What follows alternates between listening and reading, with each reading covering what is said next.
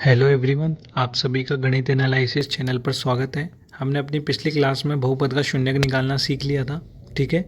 और बहुपद का शून्यक क्या होता है उस बात को भी हमने अच्छे तरीके से समझ लिया था। बहुपद का शून्यक निकालने के लिए हम क्या करते हैं, जो भी हमें पी एक्स करके कोई भी बहुपद मिलता है उसको जीरो के बराबर कर देते हैं और उसको अलग अलग प्रकार की सर्वसमीकरणों की सहायता से उसको हम हल करने की कोशिश करते हैं, ठीक है। आज का आपका टॉपिक है बहुपद के शून्यक का ज्यामितीय अर्थ। देखिए आपकी बुक के अंदर दे रखा है एनसीईआरटी क्लास 10th के अंदर, तो इसको भी मैं आपको समझाता हूँ और इससे रिलेटेड एक दो नंबर के कोई ना कोई सवाल आ ही जाता है। एक बार समझते हैं। देखिए पहले मैं आपको याद दिलाना चाहूँगा कि जो हमने रेखिक बहुपद पढ़ा था, ठीक है, क्या पढ़ा था, रेखिक बहुपद, है ना। तो रेखिक बहुपद में क्या था, घात कितनी होती है, एक, और शून्यक भी कितना होता है, एक, ठीक है। और इसका मानक रूप क्या होता है, ए एक्स प्लस बी। अगला देखिए, क्या हमने इसके बाद यहाँ पर द्विघात बहुपद पढ़ा था, इसकी घात कितनी होती है, दो, शून्य कितने होते हैं, दो, और मानक रूप क्या होता है, ए एक्स स्क्वायर प्लस का बी एक्स प्लस का सी, ठीक है। और ए क्या नहीं होना चाहिए, जीरो के बराबर। अगला हमने क्या पढ़ा था, त्रिघात बहुपद, ठीक है।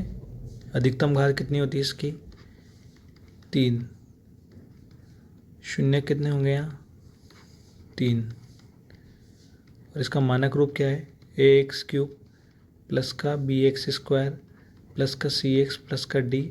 और ए का मान क्या नहीं होना चाहिए, जीरो के बराबर। क्यों नहीं होना चाहिए, हमने पहले की क्लासेस में इसको अच्छी तरीके से समझ लिया है। देखिए यहाँ ज्यामितीय अर्थ का मतलब है कि यानी यहाँ कुछ ना कुछ तो आकृति बनेगी, ठीक है। तो उस चीज़ को मैं आपको समझाने की कोशिश करता हूँ। देखिए आप, पहले हम रेखिक बहुपद से शुरू करते हैं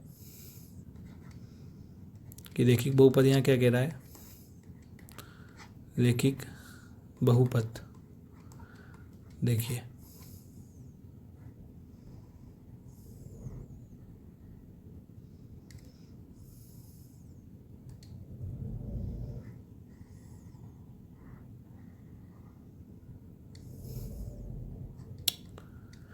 मान लो मैंने एक एग्जांपल ले लिया, पी एक्स बराबर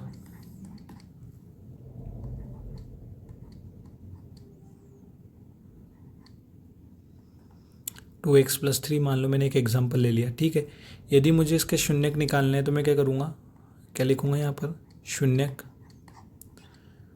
पी एक्स बराबर क्या कर दूंगा मैं यहाँ, ज़ीरो। पी एक्स का मान क्या है, टू एक्स प्लस तीन। इसकी जगह एक काम करते हैं, थोड़ा इजी एग्जांपल ले लेते हैं। मान लीजिए मैं तीन की जगह लिख देता हूँ छः।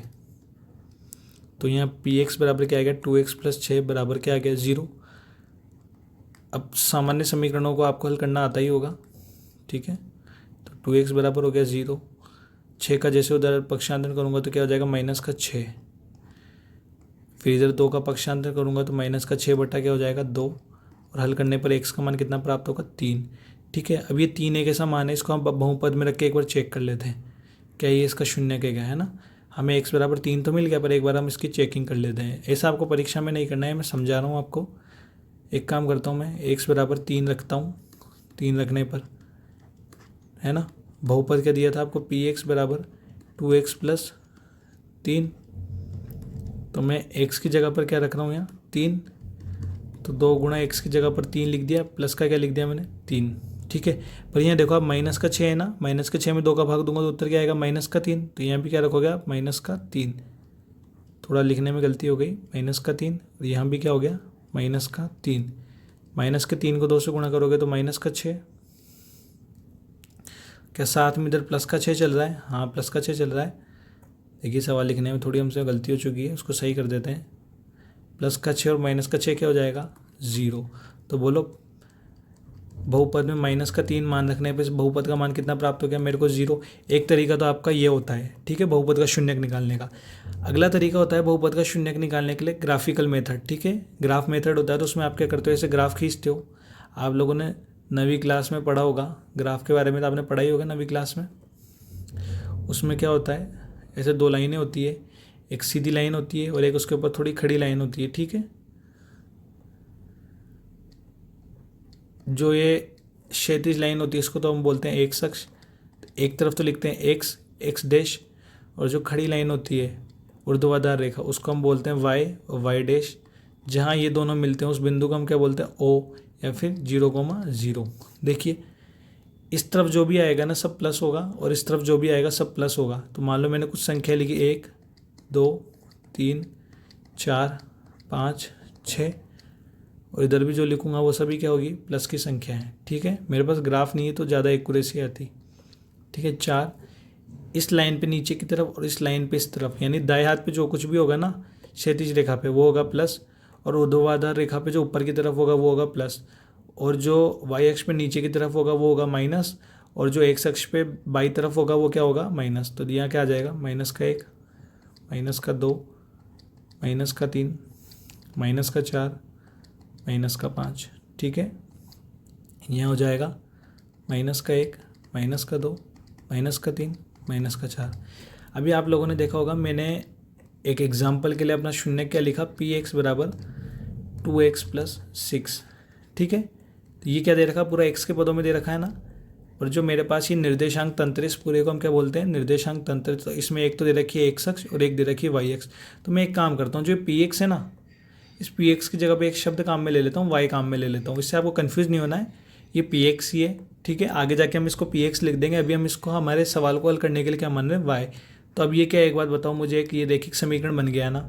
आप लोगों ने 8वीं क्लास में पढ़े होंगे ना, 9वीं क्लास में भी पढ़े होंगे समीकरणों को कैसे हल करना होता है, ठीक है। इसके बारे में हम तीसरी प्रश्नावली में और अच्छे तरीके से समझेंगे। देखिए इधर आप x का मान रखते जाओ तो आपको क्या y का मान मिलेगा, हाँ या ना मिलेगा। मैं एक काम करता हूँ, एक बार क्या रखता हूँ x का मान 1, ठीक है। तो 1 रखने पर मुझे क्या प्राप्त हुआ, देखते हैं। 1 रख रहा हूँ तो y बराबर 2, 2 गुणा 1 + 6।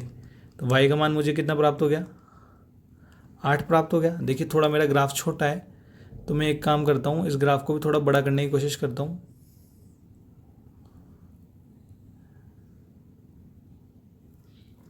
थोड़ा सा मेरे ग्राफ को मैं बड़ा कर लेता हूँ।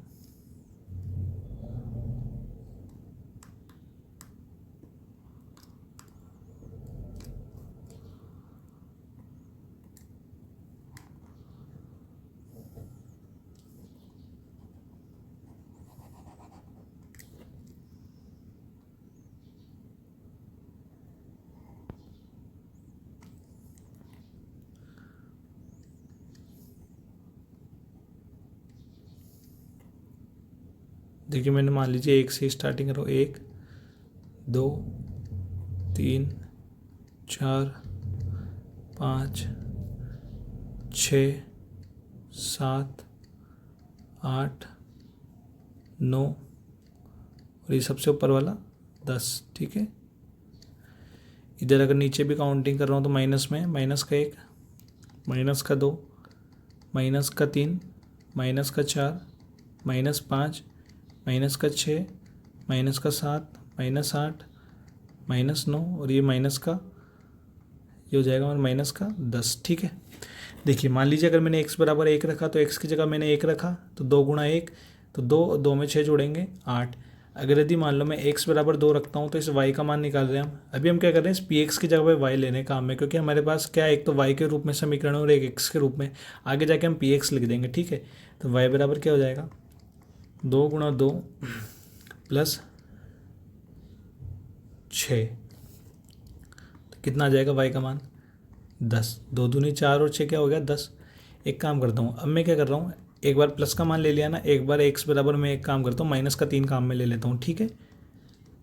आप कुछ भी मान ले सकते हैं, आपकी इच्छा है, प्लस का भी ले सकते हैं, माइनस का भी ले सकते हैं।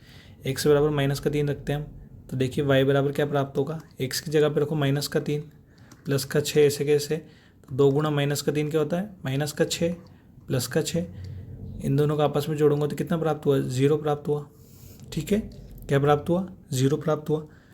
अब देखिए x बराबर 1 रखने पे y का मान कितना प्राप्त हुआ, 1। तो मैं एक बार इसको बिंदु दर्शा देता हूँ, x बराबर 1 रखने पर y का मान क्या प्राप्त हो गया आपको, 8 प्राप्त हो गया है ना। तो आपने एक बिंदु लगा दिया इस जगह पर, ठीक है। आपको आगे सिखाऊंगा मैं ग्राफ वगैरह कैसे बनाते हैं, आपने 9th क्लास में सीखा होगा, पर अभी आप इस चीज़ को समझिए। मैं थोड़ा इसको बेसिक समझाना चाह रहा हूँ कि मैं ऐसा क्यों बोलूँगा मैं आगे जाके, ठीक है।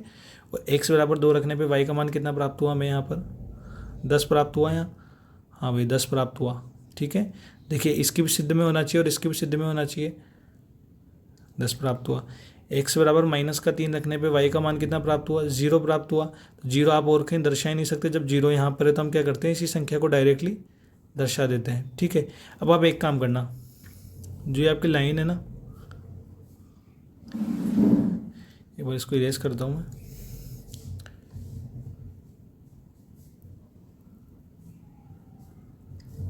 देखिए जैसे मान लीजिए मैंने एक लाइन खींची है, ये थोड़ा मेरा ग्राफ टेढ़ा है, तो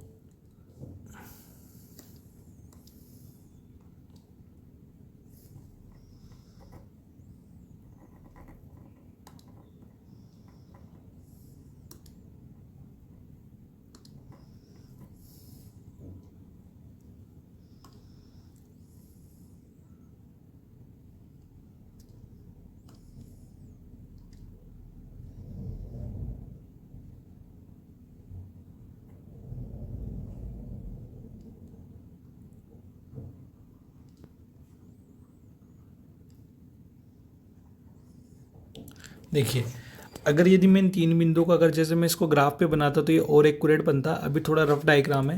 तो ये तीनों बिंदुओं को आपस में मिलाने पर क्या एक लाइन प्राप्त हो रही है, हाँ हो रही है। और ये कौन सी लाइन को काट के निकल रहे हैं, इसे एक, अगर इस लाइन को और आगे तक बढ़ाऊँ तो क्या इसे एक्स अक्ष को काट रहा है, नहीं काट रहा, काट रहा है ना।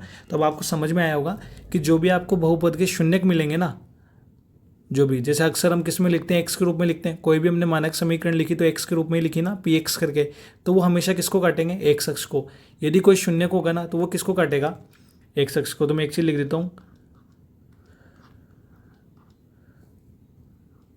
कोई भी शून्यक किसी बहुपद का, यदि कोई शून्यक ही होगा ना, ठीक है, किसी बहुपद का कोई भी शून्यक एक अक्ष को काटता है, ठीक है। क्या ध्यान रखना है आपको, एक अक्ष को काटता है, और जितनी बार काटेगा ना एक अक्ष को तो शून्यकों की वो संख्या बताएगा, ठीक है।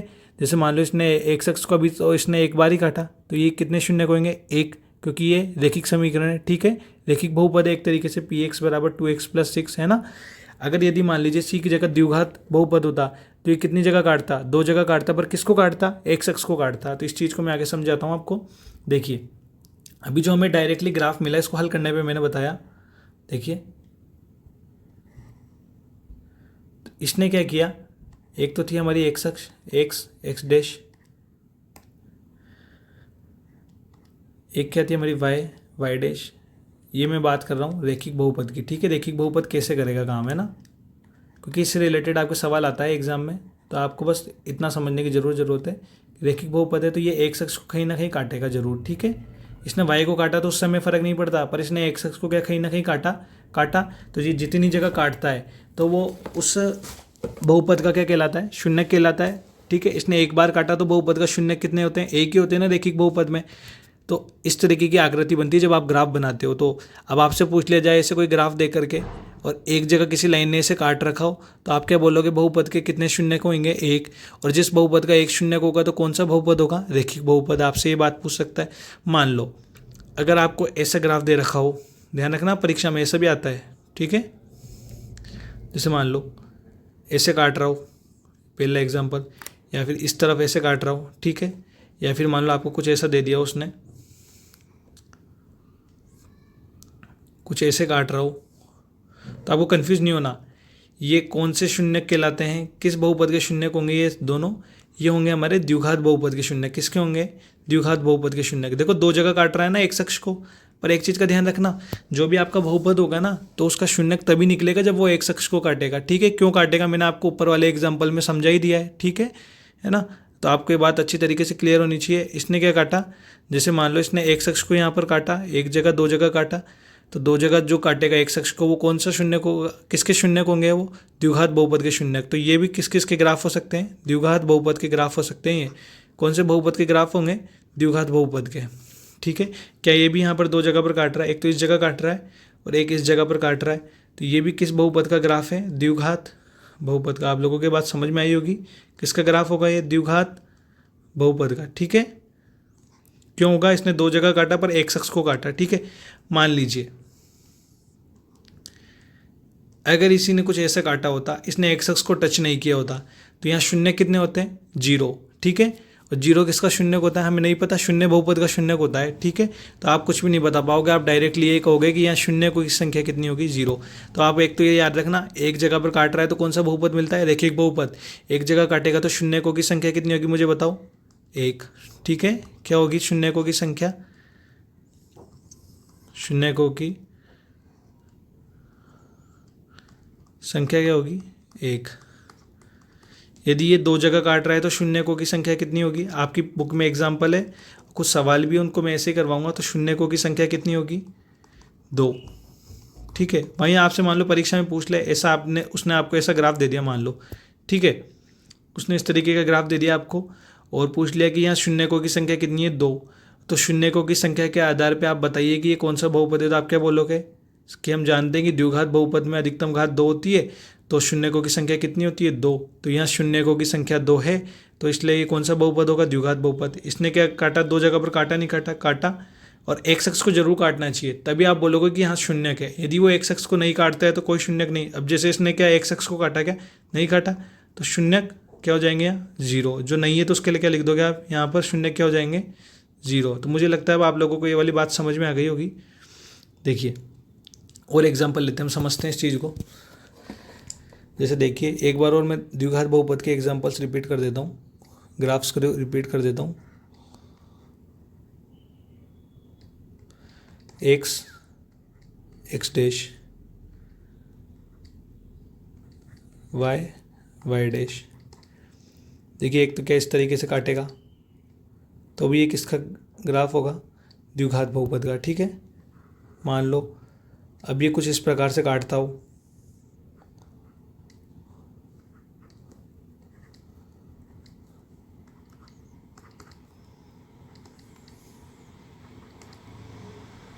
मान लो इस तरफ नेगेटिव एक्स अक्ष पे अगर यदि काट रहा हो, तो भी ये किसके शून्यक होंगे, द्विघात बहुपद के। अगर मान लो इसकी देखो 3 ही कंडीशन हो सकती है द्विघात बहुपद की, मैं आपको पहले ही क्लियरली बताना चाहूँगा ताकि आपको कोई कन्फ्यूजन नहीं रहे।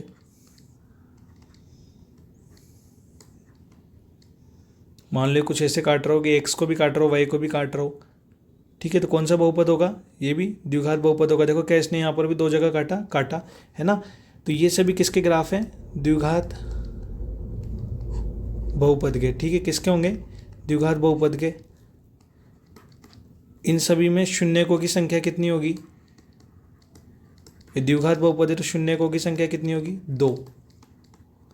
पर कब होगी, जब ये किस पे काटे, द्विघात बहुपद के शून्यकों की संख्या कितनी होगी, यहाँ 2 होगी, ठीक है। जब ये है एक्स अक्ष को काटेंगे, ठीक है, एक्स अक्ष को काटेंगे। इस बात को आप बिल्कुल ध्यान में रखेंगे, क्यों काटेंगे मैंने भी आपको समझाया था आगे जा करके, है ना। एक एग्जांपल दिया था ना ग्राफ बना करके, 2x + 6 को लिख किया था कि एक्स अक्ष को कैसे काटते हैं, ठीक है। तो आपको समझ में आया होगा कि द्विघात बहुपद के शून्यकों की संख्या कितनी हुई, 2, जब ये एक्स अक्ष को काटेंगे, ठीक है। अब मान लो इसकी जगह इसने ये दे रखा होता, ठीक है, समझना इसको, एक बार मैं इरेज करता हूँ, अगली स्लाइड पे समझाता हूँ। मान लीजिए इसने कुछ ऐसा दिया होता,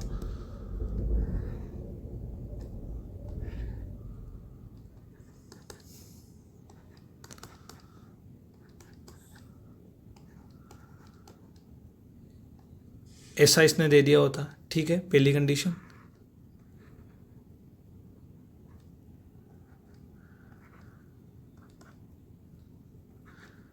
या फिर इसने कुछ ऐसा दे दिया होता, ठीक है,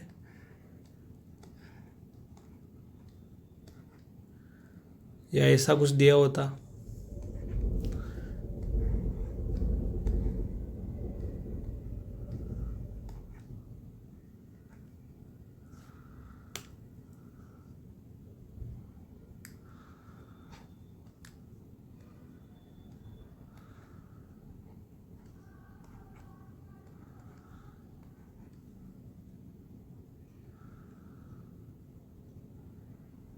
तो देखिए आप लोग एक बात बताइए, मैंने यहाँ 4 कंडीशन बनाई है, इसके अलावा और भी कंडीशन हो सकती है, ठीक है। क्या इस ग्राफ ने एक्स अक्ष को कहीं टच किया, नहीं किया। इसने क्या एक्स अक्ष को टच किया, नहीं किया। इसने टच किया, नहीं। और इसने भी टच किया क्या, नहीं किया। ये कहाँ पर बन रहे हैं, ये वाले ग्राफ तो वाई अक्ष पे बन रहे हैं और ये एक्स और वाई के बीच में बन रहे हैं, ठीक है। तो यहाँ पर शून्यकों की संख्या कितनी आएगी निकल करके, क्योंकि इसने एक्स अक्ष को नहीं काटा है, तो शून्यकों की संख्या क्या आएगी यहाँ निकल करके, 0। कितनी आएगी शून्यकों की संख्या, बोलो कितनी आएगी शून्यकों की संख्या, 0। और हम बता भी नहीं सकते कि ये कौन सा बहुपद होगा, ठीक है, हम आगे बता भी नहीं सकते। जब शून्यकों की संख्या 2 आ जाए तो आप बता पाओगे कि ये द्विघात बहुपद होगा। तो आपको ये बात समझ में आई होगी। अब हम एक और एग्जांपल लेते हैं। मान लीजिए आपको ग्राफ कुछ ऐसा मिल रहा है,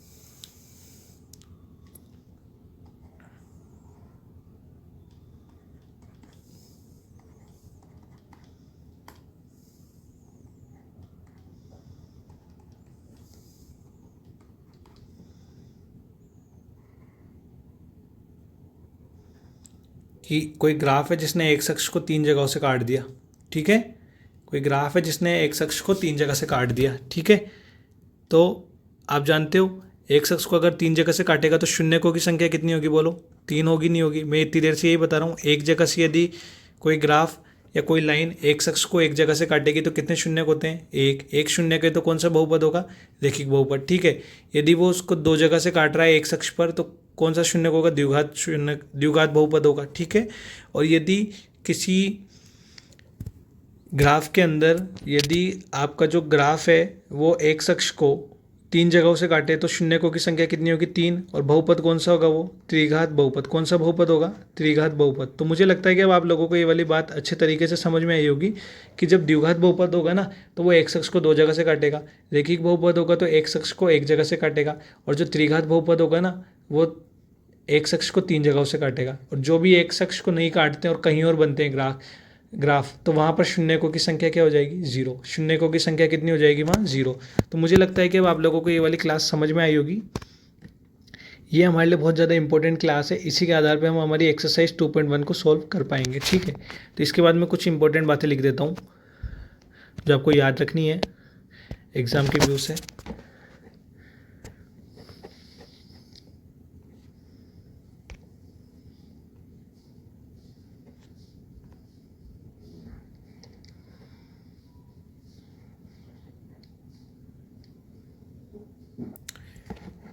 देखिए, जो मैंने अभी आपको पहले समझाया था कई तरीके के ग्राफ बना करके कि जो रैखिक बहुपद होगा उसमें शून्यकों की संख्या 1 होती है, तो वो ग्राफ एक अक्ष को एक ही जगह से काटेगा, जो भी लाइन होगी एक अक्ष को एक जगह से काटेगा। द्विघात बहुपद होता है तो परवलयाकार आकृति होती है, मैं आकृति का नाम बोल रहा हूँ। वो जो कर्व बन रहा है ना, सी के जैसा दिख रहा है आपको, उल्टा सी, सीधा सी के जैसा, तो उसको परवलय बोलते हैं हम, ठीक है, गणित की भाषा में परवलय बोलते हैं। तो वो ग्राफ एक अक्ष को 2 जगह से काटेगा, ठीक है, तो द्विघात बहुपद होगा। और शून्यकों की संख्या कितनी होगी, 2।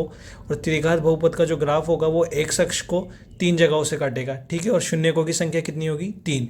तो मुझे लगता है अगर आपको ये बात अच्छी तरीके से समझ में आ गई है तो आप लोगों के लिए प्रश्नोली 2.1 बहुत आसान हो जाएगी, ठीक है। तो अब हम नेक्स्ट क्लास में उसको कवर करने की कोशिश करते हैं। मुझे लगता है कि आप लोगों को क्लास अच्छे तरीके से समझ में आई होगी। यदि इस क्लास में आपका कोई डाउट होता है तो आप कमेंट सेक्शन ओपन है, उसके अंदर अपने कमेंट लिखिए आप, मैं उस क्वेरी को सॉल्व करने की कोशिश करता हूँ, ठीक है। आप लोग हमारे चैनल को लाइक करें, शेयर करें, सब्सक्राइब करें और ग्रो करने में सपोर्ट करें।